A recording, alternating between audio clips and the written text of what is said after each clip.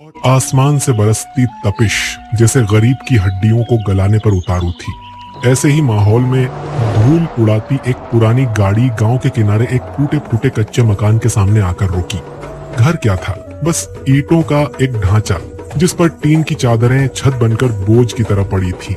आज इस घर में खुशियां आने वाली थी, पर साथ में चुनौतियों का पहाड़ भी था। मोहन और हेमलता के 3 बेटों की शादी एक साथ हुई थी। तीनों बहुएं पार्वती, कंचन और गीता एक साथ इस दहलीज पर कदम रखने वाली थीं। पर जब वे गाड़ी से उतरी और अपना ससुराल देखा तो उनकी आंखों में पल रहे सुहाने सपने गर्मी की तपिश में झुलसने लगे। हेमलता हाथ में आरती की थाली लिए खड़ी थी। तीनों बहुएं घूंघट की ओट से उस घर को निहार रही थी, जो महज एक कमरा था। टीन की छत सूरज की रोशनी में लाल हो रही थी, जिससे उठती लहरें आंखों को चुभ रही थी। कंचन, देख रही है, ये हमारा ससुराल है या कोई तंदूर?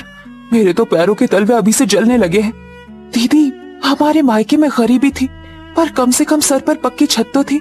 यहाँ तो ये टीन की छत हमें जिंदा ही भून देगी। देखो तो, एक ही कमरा दिख रहा है। मेरा तो जी घबरा रहा है। हम तीनों बहनें और हमारे पति, सास ससुर, ननद सब इस एक कोठरी में कैसे रहेंगे? यहाँ तो हवा का नामो निशान नहीं है।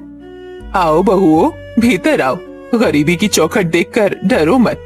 भले ही घर छोटा है, पर इसमें प्यार बेशुमार मिलेगा। तुम तीनों के आने से इस वीराने में रौनक आ गई है।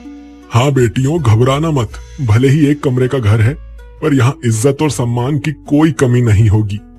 गर्मी थोड़ी ज्यादा है, पंखा भी छोटा है, पर हम सबका दिल बहुत बड़ा है। अरे माँ, पिताजी, सारी बातें दरवाजे पर ही कर लोगी क्या?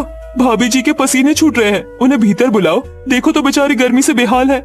हेमलता ने तिलक लगाया, चावल का कलश गिरवाया और बहुओं का गृह प्रवेश कराया। भीतर कदम रखते ही ऐसा लगा जैसे किसी भट्टी में घुस गए हों। कमरे के एक कोने में पुरानी खटिया थी, दूसरे कोने में रसोई का सामान और ऊपर से टीन की छत गर्मी फेंक रही थी। पार्वती, बैठ जाओ यहाँ, मैं हाथ वाला पंखा ढूंढता हूँ। कंचन, बुरा मत मानना, अभी हालात ऐसे ही हैं, पर हम मेहनत करेंगे। आज की रात थोड़ी मुश्किल होगी, पर तुम बस साथ हो तो कट जाएगी। अरे कहाँ बैठे, यहाँ तो खड़े होने की जगह नहीं है, और इतनी गर्मी, मेरा तो दम घुट रहा है। सच कहूँ तो यहाँ तो मेरे मायके से भी ज्यादा बुरा हाल है। मैं यहाँ कॉर्नर में सोऊंगी, कम से कम दीवार का सहारा तो मिलेगा। नहीं, वहाँ तो हवा बिल्कुल नहीं आएगी। मैं खिड़की के पास सोऊंगी। बहुओं, लड़ो मत, आज तुम्हारी पहली रात है। इस एक कमरे में हम सबको समाना है। माँ जी, ऐसे कैसे होगा? हम 3 जोड़े हैं, आप है, आरती है, कोई मर्यादा भी तो होती है। हाँ पार्वती दीदी बिल्कुल सही कह रही है। आप ही बताइए, भला ऐसे कैसे चलेगा? हमारी भी कई सारी इच्छाएं हैं। हमने तो बहुत कुछ सोचा था, लेकिन यहाँ तो हमारे सपनों के जैसे मिट्टी पड़ गई हो। पता है बहुओं, हमें भी, लेकिन क्या करें, समय ही ऐसा है। अगर साल भर का और मौका मिला होता तो हम इस टीन की छत वाले घर को तोड़कर एक अच्छा सा घर बना लेते। लेकिन क्या करें, तुम्हारी सास को ही बहू को घर में लाने की जल्दी लगी हुई थी। लेकिन हमारा पूरा परिवार ये कोशिश करेगा कि तुम्हें कोई तकलीफ ना हो आने वाले दिनों में। हाँ भाभी, पिताजी बिल्कुल ठीक कह रहे हैं। अब जो भी है, यही आपका परिवार है।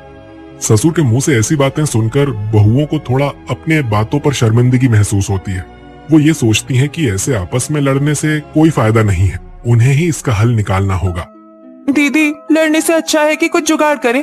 जैसे हम मायके में कटाई के वक्त खेत में झोपड़ी बना लेते थे, हम बीच में एक पुराना पर्दा या धोती टांग देते हैं। एक तरफ हम तीनों और हमारे पति, दूसरी तरफ माँ जी, पिताजी और आरती। वाह भाभी, ये सही है। मैं अलमारी से पुरानी साड़ियाँ निकाल लाती हूँ। रात हुई, पर्दा टांग दिया गया, पर असली मुसीबत तो अब शुरू हुई।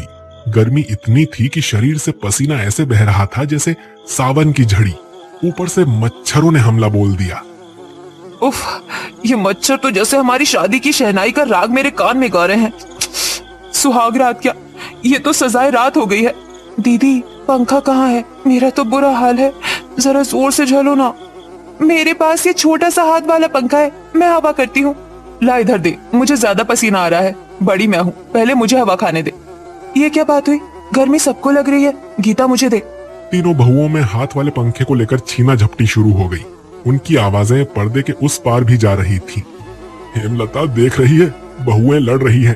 पहली ही रात कलेश शुरू हो गया। बहुओं, चुप हो जाओ। आज की रात जैसे तैसे काट लो, कल सुबह हम कुछ और सोचेंगे। इतनी गर्मी में गला फाड़ने से और गर्मी लगेगी। जैसे तैसे पसीने से लथपथ होकर मच्छरों से लड़ते हुए वो रात बीती।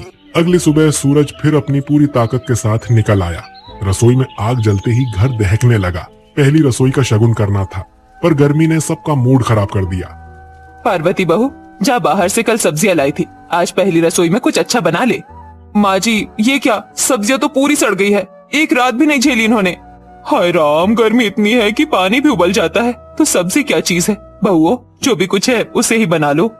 इसके बाद तीनों बहुएं आटे में चीनी और पानी मिलाकर आटे का हलवा बनाती हैं और अपने ससुराल वालों को खिलाती हैं। आटे का हलवा सूजी के हलवे से थोड़ा कम स्वादिष्ट था, लेकिन स्वाद उसमें अभी भी बरकरार था। सभी लोग घर के हलवे की काफी तारीफ करते हैं और उसके बाद अपने अपने काम पर निकल पड़ते हैं। लेकिन अब बची थी घर में वो 3 बहुएं जिन्होंने कभी भी इतनी ज्यादा गर्मी नहीं देखी थी। दीदी, माँ जी, इस टीन की छत के नीचे रहना अब नामुमकिन है। हम तो ऐसे भुन जाएंगे जैसे भुट्टे। हमें कुछ करना होगा। भाभी, गर्मी से बचने का कोई तरीका तो होगा। हाँ, हमें कुछ न कुछ तो सोचना पड़ेगा ही, नहीं तो ऐसे घर में रहे तो वक्त से पहले ही हम बीमार पड़ जाएंगे। एक काम करते हैं, हम नदी किनारे चलते हैं, वहाँ नहा भी लेंगे और ठंडी हवा भी मिलेगी और लौटते वक्त मटकों में पानी भर लाएंगे। अरे वाह कंचन भाभी, आपने तो बहुत खूब तरकीब बताई। फिर क्या था, वो चारों ही हेमलता से आगे लेकर नदी की तरफ निकल पड़ती हैं। उनके हाथों में मटके होते हैं। गर्मी से झुलसते हुए चारों नदी किनारे पहुंची। भाभी, पानी तो बड़ा ही ठंडा है, मजा आ रहा है। मैं तो अकेले कभी नहीं आई, पहली बार आई हूँ आपके साथ। अब लग रहा है आरती कि हमें यहाँ रोज आना पड़ेगा, क्योंकि ये गर्मी हमें ऐसे तो जीने नहीं देगी। अरे दीदी, हम आ तो जाए, लेकिन लोग क्या कहेंगे कि नई नवेली दुल्हन है और ऐसे नदी में जाकर खुले में नहा रही है। अब हम इस गर्मी से भी लड़े और लोगों की भी सोचे, भला ये कैसी बात हुई। अरे मेरी प्यारी भाभीओ, आप इतना परेशान मत होइए।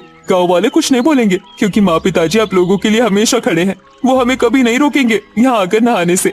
इसी तरह वो चारों खूब नहाती हैं और फिर नहाकर मटके में पानी भरकर वहाँ से जाने लगती हैं। तभी वहाँ उन्होंने देखा कि कुछ बंजारे अपनी गाय भैंसों के ऊपर गीले जूट के बोरे डाल रहे थे। दीदी देखो, वो बंजारे क्या कर रहे हैं। अरे वो गीले बोरे डाल रहे हैं ताकि पशुओं को लू ना लगे। कंचन, गीता, मिल गया जुगाड़। कैसा जुगाड़ दीदी? हम भी अपने घर की छत पर ये बोरे बिछाएंगे। माँ जी से कहना कि गांव से पुराने बोरे मांग लाए। वो चारों सबसे पहले घर पहुंचती हैं और फिर आरती अपनी माँ से जूट के बोरे लाने को कहती है, जिसके बाद हेमलता ने गांव से जूट के बोरों का गट्ठर इकट्ठा किया। बहुओं ने उन बोरों को खूब भिगोया और पतियों की मदद से टीन की छत पर फैला दिया। फिर उन्होंने खिड़की पर भी गीले बोरे टांग दिए। अचानक घर के अंदर का तापमान 10 डिग्री गिर गया। अरे वाह, घर तो शिमला जैसा ठंडा लगने लगा। मेरी बहुएं तो बहुत अक्लमंद हैं। अभी तो रुकिए पिताजी। गीता, वो पुराना टूटा हुआ टेबल फैन ला जो कबाड़ में पड़ा है। ये लीजिए दीदी। आरती, थोड़ा घास और पानी की बोतल दे। हम इस पंखे के आगे जाली लगाकर इसमें घास भरेंगे और ऊपर से पानी की बूंदें टपकाएंगे। हमारा देसी कूलर तैयार। बहुओं ने मिलकर एक शानदार जुगाड़ू कूलर बनाया। ठंडी हवा के झोंके आते ही सबकी थकान मिट गई। इसी तरह दिन बीतते रहे, पर सब्जियों के सड़ने की समस्या अभी भी थी। इसके बाद वो चारों बहुएं फिर से अपनी जुगाड़ लगाने लगती हैं।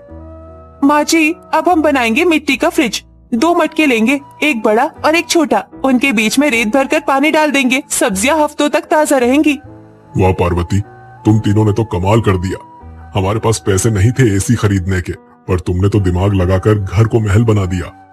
इसके बाद वो तीनों बहुओं ने जुगाड़ से मिट्टी के मटके में ठंडा पानी डालकर उसे फ्रिज की तरह बना दिया था। वो घर की हर चीज में अब जुगाड़ लगाने लगी थी ताकि वो इस गर्मी से बच सके। इनका बनाया हुआ जुगाड़ू कूलर भी ससुराल वालों और गांव वालों की नजरों में आने लगा था। दीपक देख, गांव के लोग बाहर खड़े होकर देख रहे हैं कि हमारे घर से ठंडी हवा कैसे आ रही है। बहुओं के इन जुगाड़ों की चर्चा पूरे गांव में फैल गई। तभी गांव के कुछ युवा यूट्यूबर्स वहां पहुंच गए। नमस्ते हेमलता जी, हमने सुना है कि आपकी बहुएं जुगाड़ की रानी हैं। क्या हम इनका वीडियो बना सकते हैं? क्यों नहीं बेटा, मेरी बहुएं तो साक्षात लक्ष्मी है, जिन्होंने तंगी में भी रास्ता निकाल लिया। देखिए भाई साहब, गरीबी का मतलब हारना नहीं होता, बस थोड़ा सा जुगाड़ और कड़ी मेहनत चाहिए। हम तो बस ये दिखाना चाहते हैं कि कम संसाधनों में भी सुखी रहा जा सकता है। वो वीडियो रातों रात वायरल हो गया। लाखों लोगों ने जुगाड़ू बहुओं की तारीफ की। उन्हें कई जगह से इनाम और मदद के प्रस्ताव आने लगे। बहुओं, तुम लोगों ने तो मेरा सिर गर्व से ऊंचा कर दिया। सुहागरात पर जो लड़ाई हुई थी, आज वो प्यार में बदल गई। हाँ भैया, अब तो हमारे घर में यूट्यूब वाले भी आते हैं। अब हम जल्दी इस टीन की छत को पक्की छत में बदल देंगे। हाँ दीदी, हमारा जुगाड़ हमें एक दिन सबसे अमीर और सुखी बनाएगा। बस प्यार बना रहे। उसी एक कमरे के घर में जहां पहले रात को पसीने और गुस्से का तांडव था, आज वहां ठंडी हवा और हंसी के ठहाके गूंज रहे थे। बहुओं के जुगाड़ ने न सिर्फ गर्मी को मात दी थी, बल्कि गरीबी की तपिश को भी कम कर दिया था। अब वो घर सिर्फ एक कमरा नहीं, बल्कि उम्मीदों का महल बन चुका था। गांव से दूर एक सुनसान रेलवे स्टेशन के किनारे जंग लगे पुराने ट्रेन के डिब्बे में किसी तरह से जिंदगी गुजार रही थी शीला। वही डिब्बा अब शीला का घर बन चुका था। भीतर एक कोने में लकड़ी का पुराना बक्सा, दूसरे में टूटी सिलाई मशीन और बीच में एक चारपाई, जिस पर उसकी बीमार सास सरस्वती खांसती हुई लेटी रहती थी। शीला बहू, जरा पानी पिला दे बेटिया, गला सूख रहा है। अभी लाई अम्मा, बस ये टाका पूरा कर लो, नहीं तो धागा निकल जाएगा। फिर उसने मशीन रोक दी, पास जाकर गिलास में पानी भरा, सास के सिरहाने बैठकर धीरे से बोली, लो अम्मा, धीरे धीरे पी लेना, दवाई का वक्त भी हो गया है। अरे बेटिया, तू भी ना सारा दिन काम धाम में लगी रहती है, तेरे हाथों में तो छाले पड़ गए होंगे। अम्मा, छाले नहीं होंगे तो दवाई और अनाज कैसे आएंगे घर में? दरअसल शीला सुबह सुबह उठकर रेलवे स्टेशन के पास बने अमीर घरों में झाड़ू पोछा करती थी, फिर लौटकर अपने छोटे से डिब्बे में सिलाई मशीन पर बैठ जाती। उसकी उंगलियां जैसे दर्द से नहीं डरती थी, बस सुई और धागों से अपना संसार बुनती रहती थी। पर उसी मेहनत के बीच उसकी जिंदगी का एक काला साया था, उसका पति मोहन, जो शराब का आदी था। बहुत कामचोर औरत है तू, सारी दिन भर झाड़ू पोछा करके आ जाती है, पर मेरे को पैसा नहीं देती है। मोहन, तेरे जुए और शराब के लिए पैसे नहीं है मेरे पास, घर का खर्च मुश्किल से निकलता है। तो क्या मैं भीख मांगू तेरे बाप से? ये कहकर वो गुस्से से बोतल पटकता है और निकल जाता है। शीला की आंखें भर आती है, लेकिन उसने सास की ओर देखा और जबरदस्ती मुस्कान ला दी। कोई बात नहीं अम्मा, वो ऐसे ही बोलते हैं नशे में। उस रात जब सन्नाटा छाया था और रेलवे पटरी पर गाड़ियों की दूर से आती गड़गड़ाहट सुनाई दे रही थी, तब शीला के घर की रोशनी एक छोटे बल्ब में जल रही थी। उसके आसपास 3 लड़कियां बैठी थी, रीमा, पिंकी और मीना, उसकी नंदे। तीनों कॉलेज में पढ़ने वाली थी, लेकिन आज चेहरों पर उदासी थी। भाभी, अंजलि का फोन आया था, उसकी शादी अगले महीने है। हाँ, और उसने क्या कहा पता है? बोली देखो, मेरी शादी में बड़े लोग आएंगे, कोई फटे पुराने कपड़ों में मत आना, वरना शर्मिंदा हो जाऊंगी। पिंकी ने रोते हुए कहा, क्या हम गरीब हैं तो इंसान नहीं रहे, इनके शब तीर की तरह लगे। रीमा ने गुस्से में कहा, अब क्या करें, नई ड्रेस तो बनवाने की औकात नहीं, सोच रही हूँ शादी में ही ना जाए। शीला जो पास में सुई धागा लेकर बैठी थी, धीरे से बोलती है, काहे मन छोटा कर रही हो तुम लोग, कोई ना कोई रास्ता जरूर निकल जाएगा। भाभी, रास्ता कहाँ से निकलेगा, कॉलेज की फीस भरने लायक पैसे नहीं है, नई ड्रेस तो दूर की बात है। मन में विश्वास रखो, भगवान भी मेहनत करने वालों की मदद जरूर करता है। तीनों बहनें हल्की मुस्कुराहट के साथ चुप हो गई, लेकिन शीला के दिल में कुछ चलने लग गया था। क्या मैं इन तीनों के लिए कुछ कर सकती हूँ? अगली सुबह सूरज की किरणें टूटी खिड़की से झांक रही थी, तभी शीला की पुरानी सहेली बिजली आ पहुंची, हाथ में कपड़े का बंडल लिए। ए शीला, तूने जो पिछली बार मेरी साड़ी में डिजाइन बनाया था ना, ओह, सबकी नजरें मुझ पे टिक गई थी। दुल्हन तक ने कहा, बिजली तेरी साड़ी तो मेरे से भी प्यारी है। अच्छा, तो तू भी अब शहर की महफिल में चमक गई। चमक क्या, तेरी सिलाई ने कमाल कर दिया। देख, मैं तेरे लिए कुछ लाई हूँ। उसने कपड़े का टुकड़ा बढ़ाया। ये वही कपड़ा है, शहर से मंगवाया हुआ, महंगा है लेकिन थोड़ा बचा था, तू रख ले। बिजली, तू तो सच में फरिश्ता बनकर आई है, ये कपड़ा मेरे लिए बहुत काम आएगा। क्या बात है, किसके लिए बना रही है अब? 3 बिटिया के लिए, मेरी नंदों के लिए। उनकी सहेली की शादी है, लेकिन नई ड्रेस के बिना जाने से दुखी है। वाह बहू जी, अगर तू इनके लिए ड्रेस बनाएगी तो पूरा गांव देखेगा। गरीब घर में भी हुनर अमीरों से बढ़कर होता है। उस रात शीला देर तक सोचती रही। ट्रेन के बाहर बारिश की बूंदें गिर रही थी और डिब्बे की छत भी टपक रही थी। भगवान, बस मेरी सुई में इतनी ताकत दे कि मैं इन तीनों बेटियों को मुस्कुराहट दे सकूं। बहू, तू जो सोच रही है वो कर। तू जितनी सीधी दिखती है उतनी ही समझदार भी है।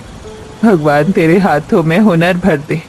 अम्मा, अब ये सुई और ये दिल दोनों काम पर लगेंगे। दिन बीतते गए। सुबह का सूरज जब भी ट्रेन डिब्बे के छेदों से झांकता तो उसकी रोशनी शीला की सिलाई मशीन पर पड़ती, जहां सुई के हर टांके में एक सपना बुना जा रहा था। शीला सुबह पड़ोस के घरों में झाड़ू पोछा करने जाती, फिर लौटकर सुई धागों के साथ बैठ जाती। मन में सिर्फ एक ही ख्याल था, रीमा, पिंकी और मीना शादी में सिर ऊंचा करके जाए। एक दिन शाम को जब वो कपड़ों की कतरने इकट्ठा कर रही थी, तभी उसकी सास सरस्वती देवी बोलती है, बहू, ये तो रोज छोटे छोटे कपड़े क्यों जोड़ती रहती है? अम्मा, एक एक टुकड़ा जोड़कर भी खूबसूरत चीज बनाई जा सकती है। जैसे भगवान ने हम सबको जोड़ा है, वैसे ही ये रंग बिरंगे टुकड़े मिलकर 3 लहंगे बनेंगे। सच कहती है बहू, तेरे जैसे हुनरमंद औरत पर तो भगवान भी फिदा हो जाए। पास बैठी मीना हंसकर बोलती है, भाभी, अगर भगवान फिदा हो गए तो हमें भी एक एक डिजाइनर ड्रेस मिल जाएगी। अब हर दिन एक दौड़ थी। दिन में घरों का काम, रात में सिलाई, और गांव की औरतें जब अपने कपड़े सिलवाने आती तो शीला उनसे बची हुई कतरने मांग लेती। अरे शीला, तू तो कतरन से भी सोना निकाल देती है। सोना नहीं बहन, बस सपनों का कपड़ा बना रही हूँ। धीरे धीरे 2 पोशाक बन गए, एक गहरे लाल रंग का और दूसरा नीले रंग का। दोनों में छोटे छोटे शीशे और हाथ की कढ़ाई थी। भाभी, ये तो किसी डिजाइनर की ड्रेस जैसी लग रही है। बस तीसरा भी बन जाए तो मेरी मेहनत पूरी हो जाए। पर अब कपड़ा खत्म हो गया था, धागा भी कम पड़ने लग गया था। उधर अंजलि की शादी की तारीख करीब आ गई थी। एक शाम जब शीला थक कर बाहर बर्तन धो रही थी, तभी ट्रेन के बाहर एक चमचमाती सफेद गाड़ी आकर रुकती है। देखो देखो, गाड़ी में कोई शहरी मैम आई है। शीला ने सिर उठाकर देखा। गाड़ी से उतरी एक खूबसूरत औरत, डिजाइनर ड्रेस, ऊंची हील और चमकदार बालों के साथ। पीछे उसका असिस्टेंट और मेकअप आर्टिस्ट चल रहा था। यहाँ कोई दर्जी शीला रहती है? उसने अंग्रेजी लहजे में पूछा। जी, मैं ही हूँ शीला, कुछ काम था? मैं मारिया हूँ, एक एक्टर। पास के गांव में हमारी फिल्म की शूटिंग है, लेकिन ड्रेस डिजाइनर शहर में अटक गया। मुझे 1 घंटे में शूटिंग करनी है और ड्रेस चाहिए। किसी ने कहा कि तुम बहुत हुनरमंद हो। 1 घंटे में? हाँ, अगर कर सको तो अच्छा पैसा दूंगी। शीला ने आत्मविश्वास से कहा। आप बैठिए, कोशिश करूंगी। वो भागकर अंदर गई। पुराने कपड़ों, धागों, बची हुई लेस और जरी के टुकड़ों से उसने ऐसा जादू दिखाया कि 1 घंटे में एक शानदार आउटफिट तैयार कर दिया। जब मारिया ने वो पोशाक पहनी तो आईने में देखकर खुद दंग रह गई। ओह माय गॉड, शीला, ये तो किसी प्रोफेशनल डिजाइनर से भी बेस्ट है। हम गांव की औरतों के पास डिजाइन की डिग्री नहीं होती, बस दिल से काम करते हैं। मारिया इतनी खुश हुई कि उसने शीला को 2 गुना पैसा दिया और बोली, ये मेरे शूट का सारा बचा हुआ कपड़ा भी रख लो, तुम्हारे काम आएगा। भगवान ने सच में सुन ली। उस रात शीला देर रात तक जागती रही। नए कपड़े की गड्डी सामने रखी थी, सुनहरे बॉर्डर, लाल मखमल और जरी की चमक। वो अपने हाथों से तीसरा ड्रेस काटने लगी। सास सरस्वती खांसते हुए बोली, बहू, अब तो किस्मत बदल गई तेरी। किस्मत नहीं अम्मा, बस मेहनत का फल मिला है। 3 दिन बाद तीनों नंद, रीमा, पिंकी, मीना जब दुल्हन की सहेलियों की तरह तैयार हुई तो ट्रेन का डिब्बा जैसे महल बन गया। एक ने गहरे लाल ड्रेस में झिलमिल सितारे लगाए थे, दूसरे ने नीले में चांद सा लुक लिया, तीसरी सुनहरी झिलमिल ड्रेस में परी लग रही थी। रीमा ने दर्पण में खुद को देखा और बोली, भाभी, आज अगर कोई कहे कि हम गरीब हैं, तो मैं कह दूंगी गरीब हम नहीं, हमारी किस्मत थी। तीनों बहनों ने शीला को गले लगा लिया।